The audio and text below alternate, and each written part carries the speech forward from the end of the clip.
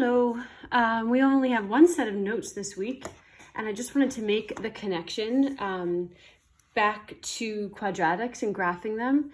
And after we did multiplying together, I did a lesson on taking a quadratic that is in factors form and multiplying it together to get it in standard form. So today we're going to go backwards. We're going to be given a quadratic in standard form. We're going to get the information from it that we can, and then we're going to factor it, put it into factored form, or what we call zeros form, and get the zeros from it and graph the quadratic. So this is basically the end of making the connections to quadratics. We will have a review tomorrow and a quiz the next day, so a quiz on Thursday, and then that'll be it for graphing quadratics and doing the polynomials with it. Then we'll move on into some more factoring and more just algebraic instead of all the graphing. So again, this is our last notes for connecting quadratics to what we're doing with polynomials. So I only have 4 problems to do. 2 of them I'm going to do with you, and then I'll have you try 2 and I'll show you the answers. So the idea is we're going to take a quadratic that's in standard form. You're used to seeing this. We're going to get the vertex and the y-intercept. So remember, the vertex is negative b divided by 2 times a. So 6 is b, so we have negative 6 divided by 2 times a, which is 1. So negative 6 over 2 gives me negative 3. That is the x value of the vertex. To find the y, we go plug that x back into the original. So if I plug negative 3 into here, I have negative 3 squared, which is going to give me 9. Plus 6 times negative 3, which is negative 18, plus 8. So do that out. 9 plus negative 18 is negative 9. Negative 9 plus 8 is negative 1. So there's my y value. So I'm going to get the vertex the old way with standard form. I'm going to get the y-intercept. Remember, the y-intercept is the c value. And now I'm going to go into putting it into zeros form. So now I'm going to take the standard form of the quadratic. I'm going to factor it into zeros form. So this is what we were doing last week. I'm going to rewrite the quadratic. Think what numbers go into 8. So 1 times 8, 2 times 4. And which of those also adds up to 6? We're going to have the 2 and the 4. So now we're in zeros form. So what do we get from zeros form in terms of factoring? We get the zeros. So if you remember, the zeros are going to be at the opposite opposite signed numbers that we have here. So we're going to have one at negative 2 comma 0. And one at negative 4 comma 0. So taking something from standard form to put it into zeros form, I have all of this information. I have all of this stuff from standard form. I have all this stuff from zeros form, and now I can graph it all. So I have negative 3, negative 1 as my vertex. I have 0, 8 as my y-intercept. And I have negative 2, 0 and negative 4, 0 as my zeros. I could get the mirror point, but I wasn't going to go back to that. So there we go, we graphed it. So between all of that, it gives us a really good picture of what that polynomial, or what that parabola looks like. The vertex, the zeros, the y-intercept, you do have a mirror point over here guiding us and telling us how wide this should be. All right, so that's basically the idea. You're going to get a quadratic in standard form. You're going to get the vertex and y-intercept from that, and then you're going to put it into zeros or factored form and get the zeros from that. So 2 questions. What information do we get from standard form? So from standard form, we get a vertex and a y-intercept. And then what information do we get from zero or factored form? And that would be the zeros. All right, not a whole lot to it. So let's do another one, because this one's going to be a little bit different.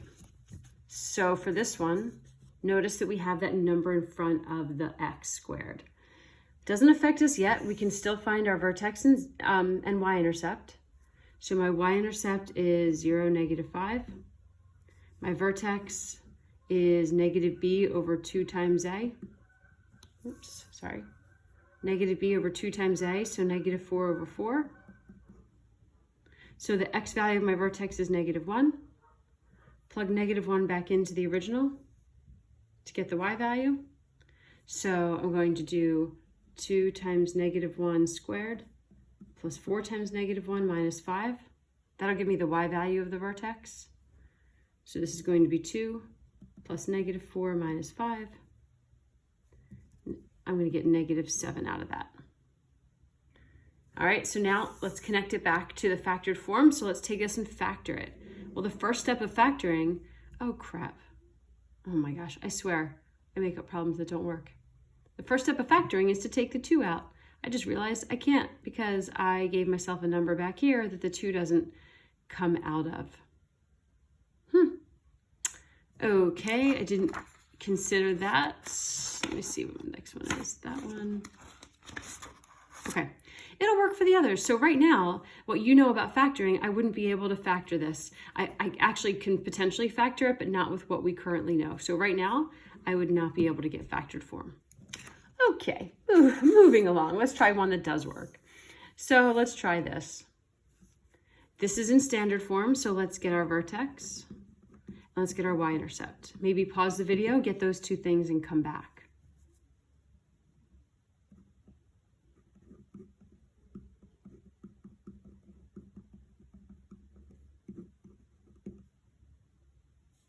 Okay, I get the x value of the vertex was 5, positive 5.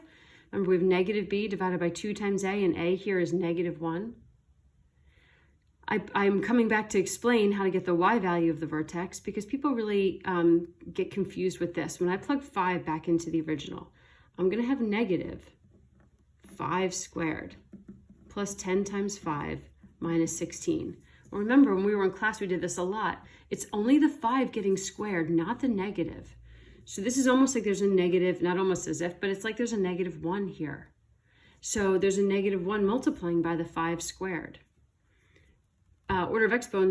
Order of operations tells us to do exponents first. So the 5 gets squared first.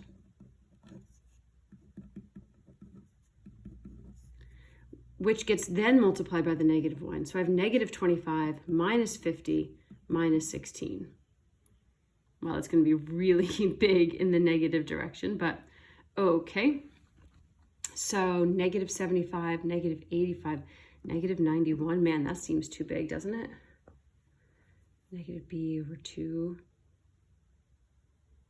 A is 5. Oh my gosh. Yep. I'm filming this on Friday, and I guess my brain is pretty fried. Get it? Haha. What did I mess up? Hopefully you were yelling at me through the screen. I messed up that 10 times 5 is not -50, it's +50. So -25 plus 50 is 25. 25 minus 16 is 9. So there we go. The y value of the vertex is 9. The y-intercept is 0, -16. And listen, you know, people make mistakes all the time. If you get a number that's like a really weird, go back and check. Maybe the number is weird, or maybe you messed up somewhere. All right, that's all the information I can get from standard form. So now I need to get this into factored or zeros form. So the first step, if you remember from last week, is take out the GCF. Now, up here, it's not like there's a GCF that's a number bigger than 1, but I have a negative out there. That's a problem. I want to take that negative out. So this is going to become x squared. This will become minus 10x, and this will become plus 16. Okay, this is what y is now going to equal. Not finished yet. I need to take this now, and I need to factor it. So what numbers go into 16 that also add up to -10? So if I take that over here, if you just want a little recap, 16 is made up of 2 times 8, 1 times 16, 4 times 4. Well, if they're both negative, I will still multiply out to a positive and add up to a negative. So I'm going to have x minus 2, x minus 8. So my zeros are at 2, 0 and 8, 0. Let's go ahead and graph all of that.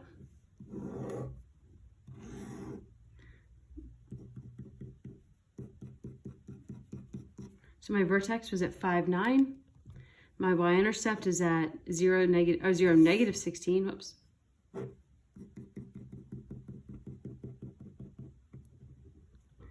My zeros are at 2. Oh, sweet. I'll come check in just 1 second. Video. Yeah. All right, now this one looks different. The vertex is up here and the other points are down here. That's because it opens upside down. Your first clue for that is that the front term is negative. That's going to always tell me what direction the parabola opens. All right. Try this one yourself. Push pause, try it, see what you get.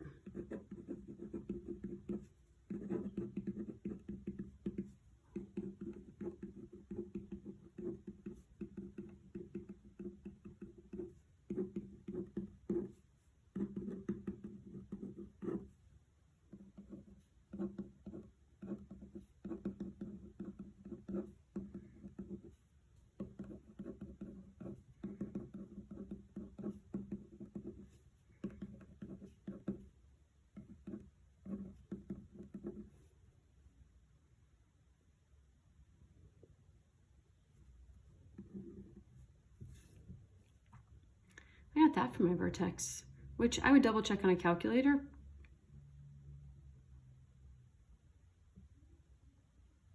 But let's see, could be right. Let's put this in factored form.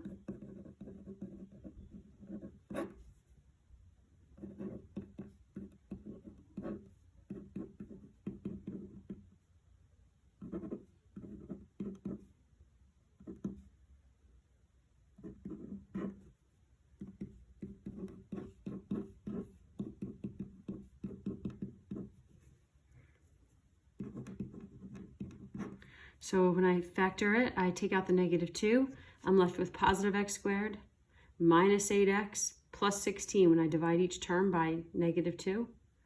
So for the zeros here, since I have the same term twice, I only have 1 0 at 4, 0. That's it.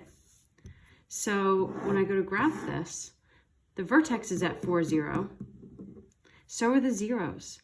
So the only other way to tell how this is going to open is by getting the y-intercept. I'm just going to draw -32 all the way down here. That's it. I don't have other zeros. The 0 and the vertex are in the same spot. There's my parabola. That's all I can do. I can graph the 0, which is also the vertex, and the y-intercept. All right, I'm going to put some practice problems on the Google Drive in the classwork section, and I'll have you practice them. You're going to be finding the vertex, the y-intercept, put it in factored form, and get the zeros. Yay! Oops, that was a star and a smiley face.